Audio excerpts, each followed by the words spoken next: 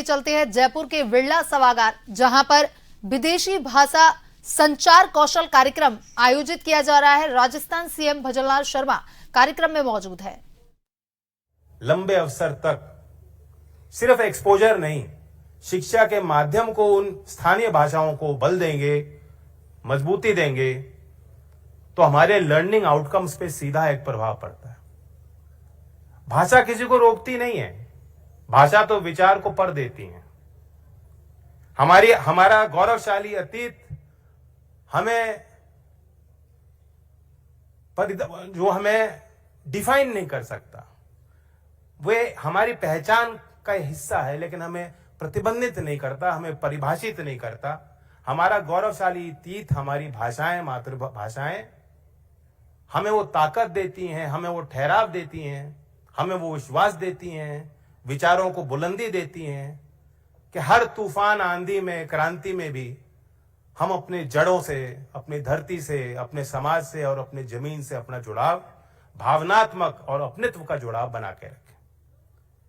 लेकिन जैसे दुनिया की तस्वीर बदल रही है और भारत की सामाजिक और आर्थिक शक्ति को, हमारे यहाँ के लोगों के सामर्थ्य को, उनकी मेहनत को दुनिया पहचान रही है और एक विशेष निगाह से भारत के लोग जब वहां विदेशों में जाते हैं अपना व्यापार स्थापित करने के लिए, अपने उपज को बेचने के लिए, यहां विदेशी निवेश को प्रेरित करने के लिए या विदेशों में काम करने के लिए, और वहीं जहां बाहर के लोग यहां आते हैं विश्व के स्थापित भारत की बड़ी मंडी को देखते हुए, यहां के सामर्थ्य को देखते हुए, जो make in India and make for the world का आह्वान माननीय प्रधानमंत्री जी ने किया, दोनों ही पहलुओं में आज जहां हमने मातृभाषाओं को बल दिया, वहां इंटरनेशनल लैंग्वेज, ताकि एक सीमलेस, एक इंटीग्रेशन हो,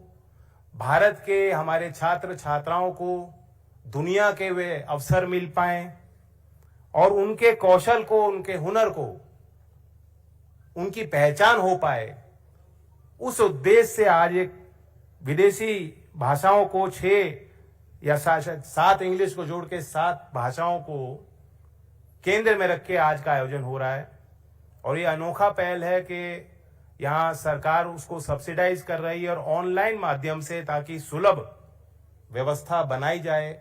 वरना आपको देखना होता है शिक्षण संस्थान में कि कहाँ रुकेंगे, हॉस्टल कहाँ बनेगा।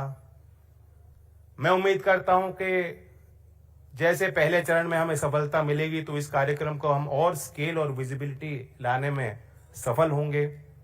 साथ ही एक अनोखा अभियान जो कौशल विकास मंत्रालय ने जिसकी शुरुआत की उद्यमता के क्षेत्र में, हमें मालूम है कि जयपुर एक हब है क्रिएटिविटी का, इन्वेस्टमेंट का, इनोवेशन का, टूरिज्म का। उदयपुर एक आकर्षण है, जोधपुर एक हब है उच्च शिक्षा की, चाहे आईआईटी हो, आईआईएम हो, बड़ी बड़ी संस्थाएं यहाँ राजस्थान के अलग अलग क्षेत्रों में स्थापित हुई। कोटा एक हब बन गया। लेकिन सही मायने में हमारे भारत के और राजस्थान के विकास के पथ पे, विकास की नई तस्वीर, नए आयाम कौन स्थापित करेंगे?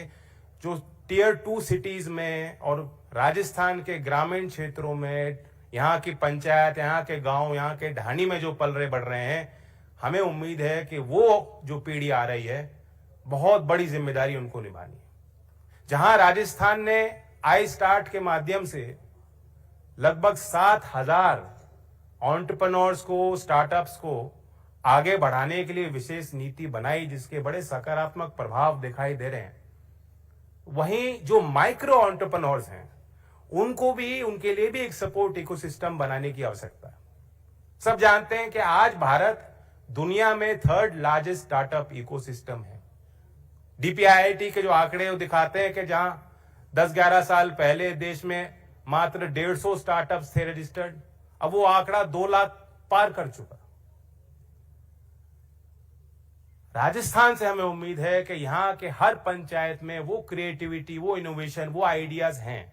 अगर हम उनके मार्केट लिंकेज पे, उनके लिए फंडिंग सपोर्ट के लिए जो योजनाएं हैं, अगर हम एक इंक्यूबेशन की, एक्सेलरेटर की, मेंटरशिप की, सॉफ्ट स्किलिंग की, एक व्यवस्था सुचारू बना सकते हैं पंचायत के स्तर पे, तो वो बहुत कारगर हो।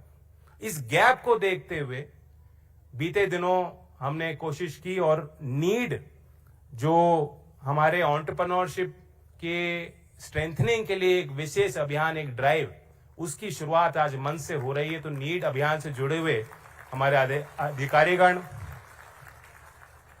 और सभी सहयोगियों को मैं आभार व्यक्त करता हूं।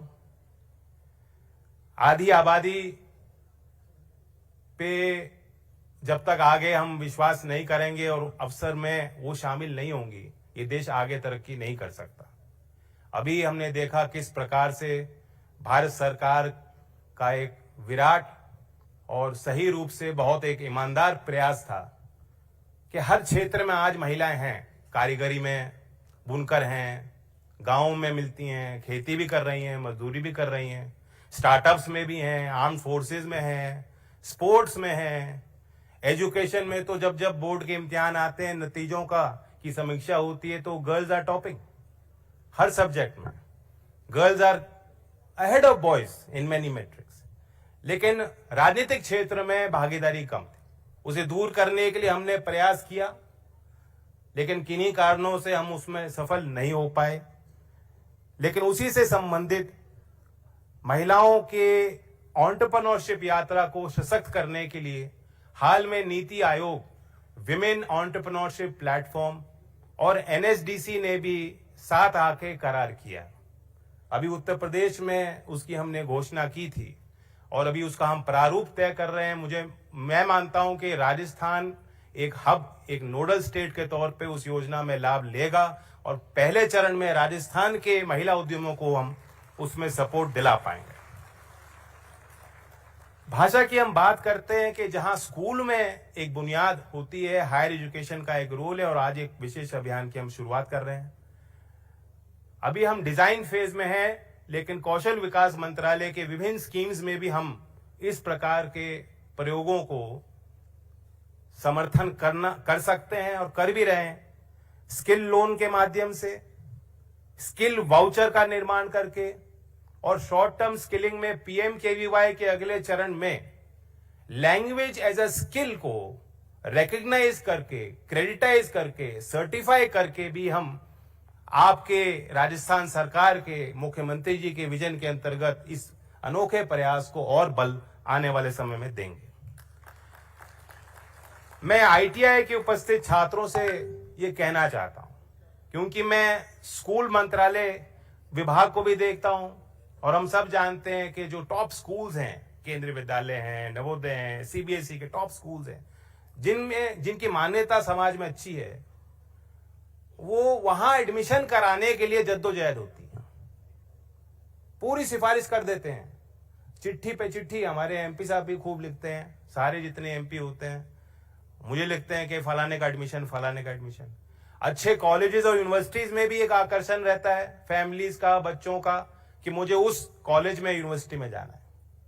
लेकिन जो एक्चुअली एम्प्लॉयबिलिटी पे, इंडस्ट्री जो जहां नौकरियां मिल रही हैं, जहां स्किल गैप है, उसे प्लग करने के लिए जो हमारी संस्था, जो 14,500 आईटीआई, चाहे शहरी क्षेत्र हो चाहे ग्रामीण क्षेत्र हो, पूरे देश में फैली हुई है।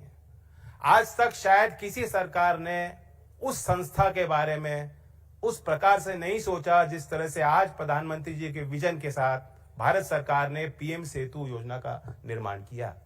60,000 करोड़ की लागत की स्कीम है और हम ये एहसास दिलाना चाहते हैं कि ये जो शिक्षण संस्थान है, अगर आप फॉर्मल एजुकेशन के माध्यम से नॉलेज को अक्वायर करते हैं, ज्ञान की खोज अगर आपको करनी है, तो आपको अच्छी डिग्री करनी है, आपको अच्छे कॉलेजेस में जाना है, आपको स्कूल में आपकी वो यात्रा शुरू होती है जीवन भर के लिए।